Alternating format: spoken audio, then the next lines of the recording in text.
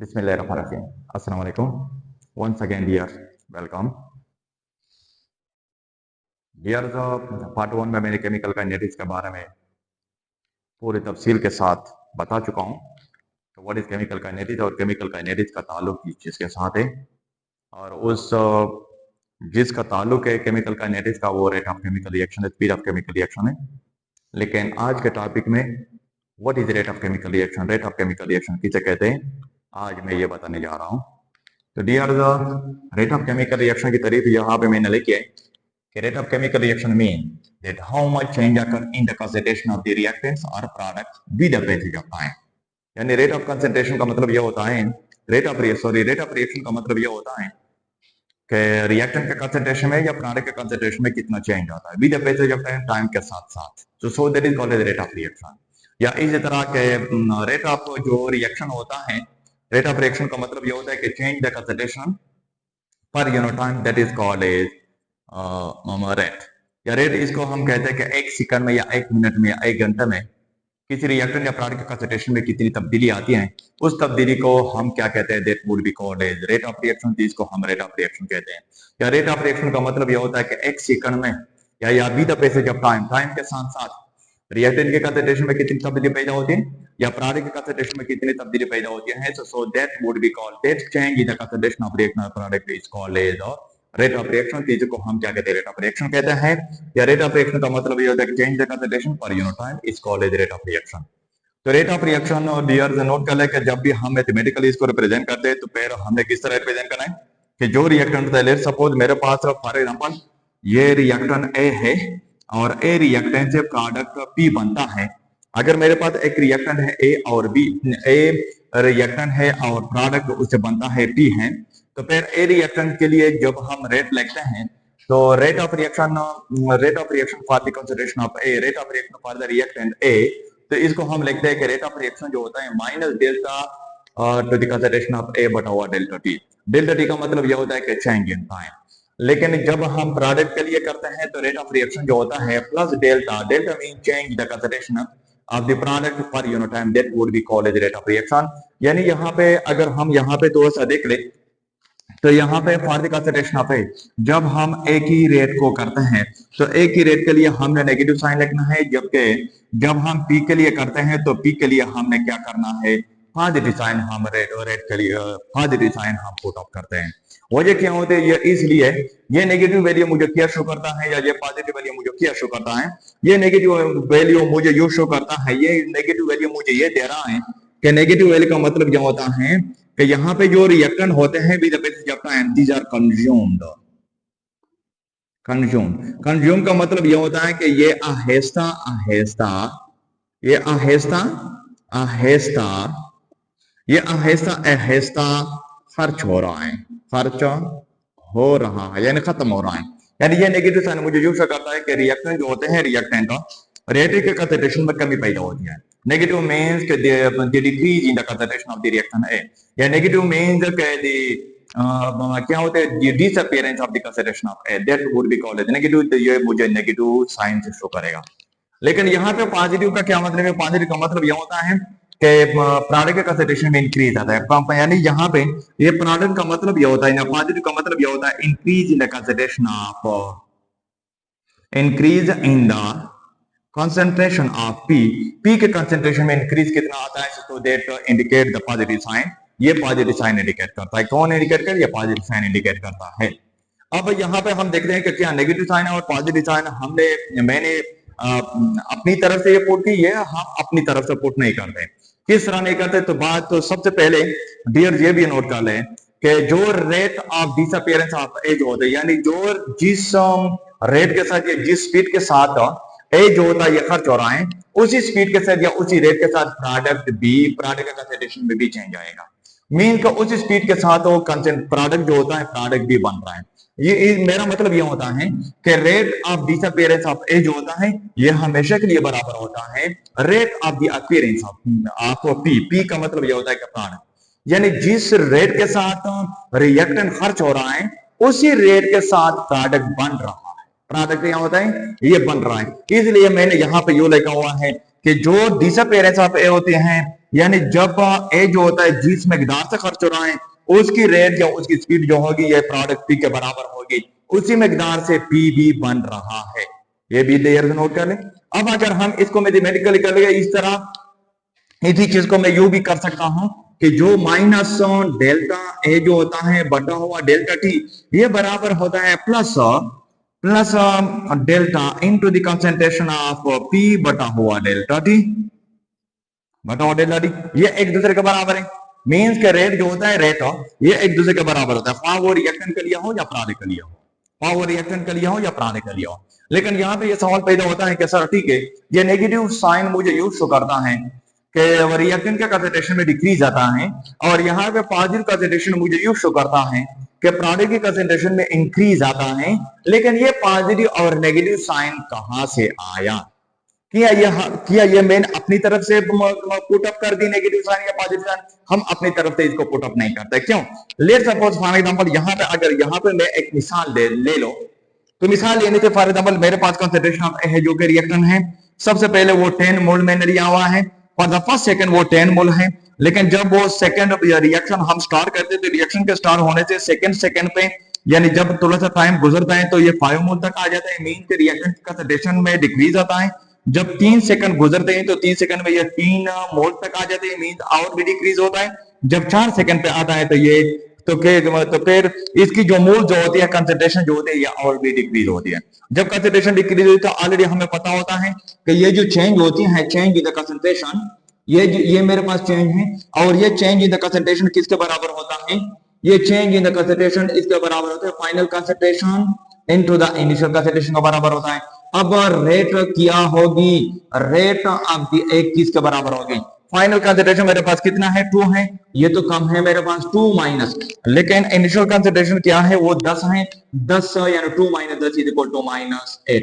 Mean का अगर हम यहां पे कर ले v डेल्टा टी यानी मीन्स के -8 आ रहा है। अब यहाँ पे माइनस साइन कहां से आया? माइनस साइन यहां से आया कि जब हम फाइनल कंसंट्रेशन को इनिशियल कंसंट्रेशन यानी जब हम इनिशियल कंसंट्रेशन को फाइनल कंसंट्रेशन से माइनस करते हैं तो फिर मेरे पास नेगेटिव वैल्यू आती है। क्या आती है? मेरे पास नेगेटिव वैल्यू आती है, और यही नेगेटिव मुझे यूज करता है कि अब there is decrease in the concentration of reactant A. Reactant A के कंसंट्रेशन में डिक्रीज आता है, यानी यहाँ पे नेगेटिव वैल्यू यहां से आई। मेन मेरा मतलब यह है, यानी नेगेटिव वाली कौन आती है? बिकॉज नेगेटिव वाली इसलिए आते हैं क्योंकि यहाँ पे जो फाइनल कंसंट्रेशन होती है, final concentration that is more, ये ज्यादा है, लेकिन जो इनिशियल कंसंट्रेशन होती है ना, सॉरी, ये फाइनल कंसंट्रेशन क्या होती है? Final concentration that is small, ये क्या होती है? ये कम होती है, लेकिन जो इनिशियल कंसंट्रेशन होती है ये ज्यादा होती है, इसलिए यहाँ पे नेगेटिव साइन आता है। यानी रिएक्टेंट के लिए नेगेटिव साइन कहां से आता है? बिकॉज जो इनिशियल कंसंट्रेशन होती है वो ज्यादा होती है, जो फाइनल कंसंट्रेशन होती है वो कम होती है, इसलिए जब भी हम रेट ऑफ द रिएक्टेंट को लिखते हैं तो वहां पे हमने नेगेटिव साइन को पुट अप करना है। लेकिन अगर हम पॉजिटिव को कर ले, लेकिन अगर हम प्रोडक्ट की रेट को जाहिर कर ले तो प्रोडक्ट की रेट को हम पॉजिटिव के साथ क्या करते हैं? जाहिर करते हैं। क्यों जाहिर करते हैं? पॉजिटिव का मतलब यह होता है कि प्रोडक्ट की कंसंट्रेशन में इंक्रीज आता है। जब प्रोडक्ट की कंसंट्रेशन में इंक्रीज आता है तो इसका क्या मतलब है? ये वैल्यू कहां से आई? लेट्स सपोज फॉर एग्जांपल यहाँ पे मैंने एक और एग्जांपल ले ली है, देख लीजिए यहाँ पे मेरे पास ये प्रोडक्ट की कंसंट्रेशन है, लेकिन पहले सेकंड पे ये 2 मोल्स बने, जो सेकंड पे ये 3 मोल्स बनते हैं, 3 सेकंड पे 4 मोल, लेकिन जब 4 सेकंड गुजरते हैं तो प्रोडक्ट की कंसंट्रेशन में इंक्रीज होता है, वो 10 तक आ जाता है। अब अगर हम यहाँ पे इसको क्या कर ले, यहाँ पे अगर मैं कर लो तो क्या होते हैं? प्रोडक्ट के final concentration minus initial concentration. Final concentration मेरे पास कितना है? वो 10 है, बटा हुआ तो इनिशियल कंसंट्रेशन मेरे पास कितना है? वो 2 है, तो कितना आ रहा है? +8 by delta T, +8 by delta means अब यहाँ पे प्लस का निशान आया। कौन सा सिंबल आया? पॉजिटिव साइन आया। ये पॉजिटिव साइन मुझे यूज करता है कि there is increase in the concentration of product B, product का पी, प्रोडक्ट के पी के कंसंट्रेशन में ये क्या होता है? ये इंक्रीज आता है। सो मेरा मतलब यह होता है कि यहाँ पे जब भी हम प्रोडक्ट की रेट को जाहिर करते हैं तो वहां पे हमने पॉजिटिव साइन को पुट अप करना होगा। क्यों? वजह क्या होते हैं? बिकॉज क्योंकि यहाँ पे मेरे पास जो फाइनल कंसंट्रेशन होती है ये ज्यादा होती है, जबकि इनिशियल कंसंट्रेशन कम होती हैं। लेकिन जब हम रिएक्टेंट की रेट को हमने लिखना है, तो रिएक्टेंट की रेट को अगर हमने लिखना है तो वहां पे हमने नेगेटिव साइन को पुट अप करना है। वजह क्या होती है? इसलिए क्योंकि यहाँ पे फाइनल जो कंसेंट्रेशन होती है ये कम होती हैं, जो कि इनिशियल जो कंसेंट्रेशन होती है वो क्या होती है? वो ज्यादा होती है। इसलिए रिएक्टेंट के साथ, रिएक्टेंट की रेट के साथ हमने नेगेटिव साइन, प्रोडक्ट के रेट के साथ हमने पॉजिटिव साइन को क्या करना है? इसको पुट अप करना है।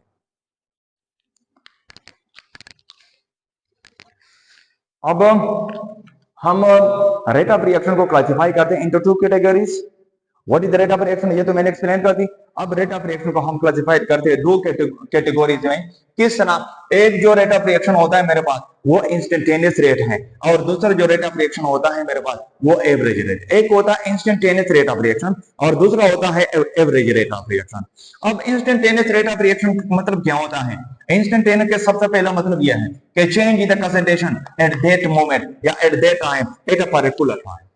यानी इंस्टेंटेनियस का मतलब ये होता है इंस्टेंटेनियस रेट ऑफ रिएक्शन के change in the concentration of the reaction और प्रोडक्ट एट दैट मोमेंट, इसी ही वक्त यानी इसी ही टाइम पे, एट अ पर्टिकुलर एक खास टाइम पे जब हम चेंज को करते हैं, जब कंसंट्रेशन में चेंज आता है तो इसको हम क्या कहते हैं? That would be called instantaneous rate.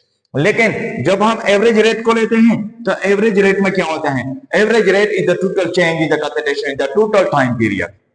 Total time period में, टोटल टाइम में यानी 1 सेकंड से लेकर 10 सेकंड तक, या 1 सेकंड से लेकर तकरीबन क्या होती है, फर्स्ट मिनट से लेकर आधे घंटे तक कितना चेंज पैदा हुआ, तो इसी को हम क्या कहते हैं? That would be called average rate. Average rate is the total change in the concentration in the total time period. लेकिन यहाँ पे क्या है? That is the small change in the concentration at that moment, that would be called instantaneous rate. दूसरी बात यह होती है कि जो इंस्टेंटेनियस रेट होता है it is a small change. ये जो चेंज यहाँ पे पैदा होती है ये इंतहाई स्मॉल चेंज होती है। लेकिन यहाँ पे जब हम एवरेज रेट को लेते हैं तो सो that is it is a very large जो चेंज, यहाँ पे वेरी लार्ज चेंज है, ये बड़ी तब्दीली होती है यहाँ पे। यहाँ पे जो होते क्यों? क्योंकि ये टाइम ज्यादा होता है, ये टाइम पीरियड को यहाँ पे हम मेंशन करते हैं। अगर टाइम पीरियड को हम मेंशन करते हैं तो इट मीन कि यहाँ पे जो चेंज होगी ये ज्यादा होगी, लेकिन यहाँ पे जो चेंज होगी ये इंतहाई कम होगी। और दूसरी बात यह होती है कि यहाँ पे चूंकि स्मॉल चेंज है, और स्मॉल चेंज को जब भी हम इंडिकेट करते हैं तो हमने डी से इंडिकेट करना है। यहाँ पे मैंने डी लिखा हुआ है। और मेन के इंस्टेंटेनियस रेट को जब भी हम इंडिकेट करते हैं तो plus minus D into the concentration of reactant और प्रोडक्ट बटा हुआ dt मींस कि ये dt मुझे स्मॉल चेंज शो करता है, और स्मॉल चेंज का मतलब ये होता है इंस्टेंटेनियस रेट। लेकिन जब भी हम यहाँ पे एवरेज रेट को लेते हैं तो प्लस माइनस डेल्टा, यानी मींस के डेल्टा को हमने लेना है। डेल्टा का मतलब यह होता है कि when there is a large change, जब वहां पे क्या हो? लार्ज चेंज हो। तो इसलिए हम plus minus delta into the concentration of reactant और प्रोडक्ट बटा हुआ ये डी नहीं है बल्कि बटा हुआ डेल्टा टी। डेल्टा टी का मतलब यह होता है कि with the change of time. Delta T का क्या मतलब? With the change of time. Let's suppose यहाँ पे मैं एक एग्जांपल दे रहा हूं और इस एग्जांपल से एवरेज रेट और इंस्टेंटेनियस रेट के दरमियान फर्क करने देता हूं। लेट्स सपोज मेरे पास एक प्लेयर है और वो प्लेयर क्या करता है कि टोटल 6 ओवर्स दे रहे हैं, और 6 ओवर्स में सबसे पहला जो ओवर है, पहले ओवर में वो 10 रन देते हैं, जबकि सेकंड ओवर में वो 8 रन देते हैं। अब थर्ड ओवर में वो 12 रन देते हैं, जबकि फोर्थ ओवर में अगर हम देख लें वो 0 रन देते हैं, मींस कोई रन नहीं देता। इस तरह फिफ्थ ओवर में वो 7 रन देते हैं। अगर हम 6 की तरफ आए तो वो कितना रन दे रहे हैं? 6th ओवर में वो 5 रन दे रहे हैं। अब अगर मुझसे कह दें कि कोई मुझे इसकी एवरेज रेट निकाले, क्या एवरेज रेट? अब एवरेज रेट क्या होगी कि total change in the concentration बटा हुआ total change in time, mean कि जो टोटल उन्होंने कितना ओवर्स किए और टोटल रन उन्होंने कितने दिए। अगर हम इन सारे को क्या कर ले, जमा कर ले, तो 10 18 30 37 इस तरह 42, मीन्स के जो टोटल रन उन्होंने देने हैं 42 देने हैं, टोटल ओवर उन्होंने कितने किए? 7। तो एवरेज रेट आ गई कितना ना, 6 ओवर उन्होंने कर दिए, तो एवरेज रेट आ गई 7 रन। यानी 7 रन का मतलब यह होता है कि हर ओवर में उन्होंने 7 रन दिए, हर ओवर। अगर हम एवरेज इसके निकाले, इस 6 ओवर के, इस 6 ओवर्स के हम एवरेज रेट को निकाले, तो इसका मतलब यह होता है कि इसी प्लेयर ने टोटल हर ओवर में उन्होंने 7 रन दिया है। लेकिन अगर यहाँ पे देख ले, तो उन्होंने हर ओवर में तो 7 रन नहीं दिए हैं। पहले ओवर में उन्होंने तो 8 रन दिए हैं, सेकंड 10 रन दिए हैं, सेकंड ओवर में उन्होंने तो 8 रन दिए हैं, लेकिन थर्ड ओवर में उन्होंने तो 12 रन दिए हैं। ऐसा भी है कि फोर्थ ओवर में उन्होंने कोई एक रन भी नहीं दिया, एक रन भी नहीं दिया। लेकिन जब हम एवरेज को निकाले तो हम कहते हैं कि हर ओवर में इसी प्लेयर ने कितना रन दिए, 7 रन दिए। सो that would be called average, जिसको हम एवरेज कहते हैं, और ये average that is the last thing. लेकिन अगर कोई मुझसे कहे कि नहीं मुझे यह बताएं कि इस प्लेयर ने, इस बॉलर ने पहले ओवर में उन्होंने कितना रन दिए, तो मैं उसको बताऊंगा कि पहले ओवर में उन्होंने 10 रन दिए। सो that is called eight that moment, that is called at that time, so that is the instantaneous rate कि पहले ओवर में उन्होंने कितने रन दिए, that is the instantaneous rate। इस तरह अगर यहां पे अगर वो मुझसे ये पूछ ले कि नहीं मुझे ये बताएं कि सेकंड ओवर न थर्ड ओवर में उन्होंने कितने रन दिए, तो मैं कह दूंगा कि थर्ड ओवर में उन्होंने 12 रन दिए।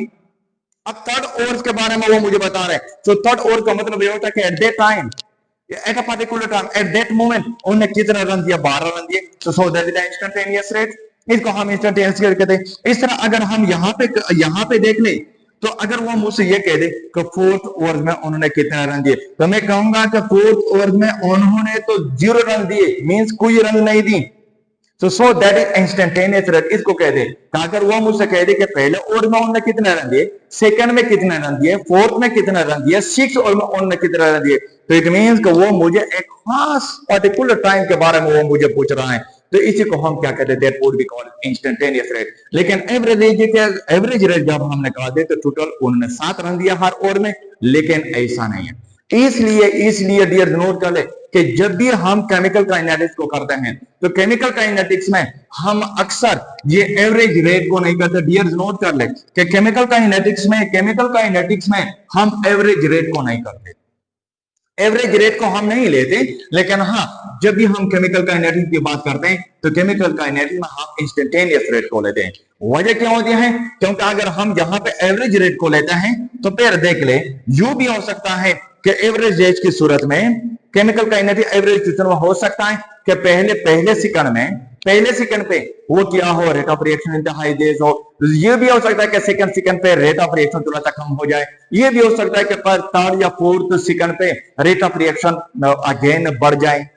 मींस के वो मुझे एग्जैक्ट वैल्यू के बारे में नहीं बताना कि किस टाइम पे रेट ऑफ रिएक्शन बढ़ गया, किस टाइम पे रेट ऑफ रिएक्शन कम हो गया, ये मुझे एग्जैक्ट वैल्यू नहीं दे रहा, एवरेज रेट मुझे एग्जैक्ट वैल्यू नहीं दे रहा। लेकिन हाँ, इंस्टेंटेनियस रेट जब भी हम केमिकल काइनेटिक्स को करते हैं, तो केमिकल काइनेटिक्स में हमने इंस्टेंटेनियस रेट को करना है, क्योंकि इंस्टेंटेनियस रेट जो होता है वो मुझे exact value eight that time, eight that moment, वो मुझे एग्जैक्ट वैल्यू दे रहा है। इसलिए जब भी हम यहाँ पे रेट ऑफ रिएक्शन को करते हैं इन द केमिकल काइनेटिक्स में, तो वहां पे हमारा मतलब ये होता है कि क्या इंस्टेंटेनियस रेट को हमने लेना है, कौन सा लेना है, इंस्टेंटेनियस रेट को हमने लेना है। Dear, that is the rate of reaction. इंशाल्लाह मोर वीडियोज में और वीडियोज में हमने इसी केमिकल काइनेटिक्स को मोर डिटेल से करना है। ओके, थैंक यू, मेहरबानी।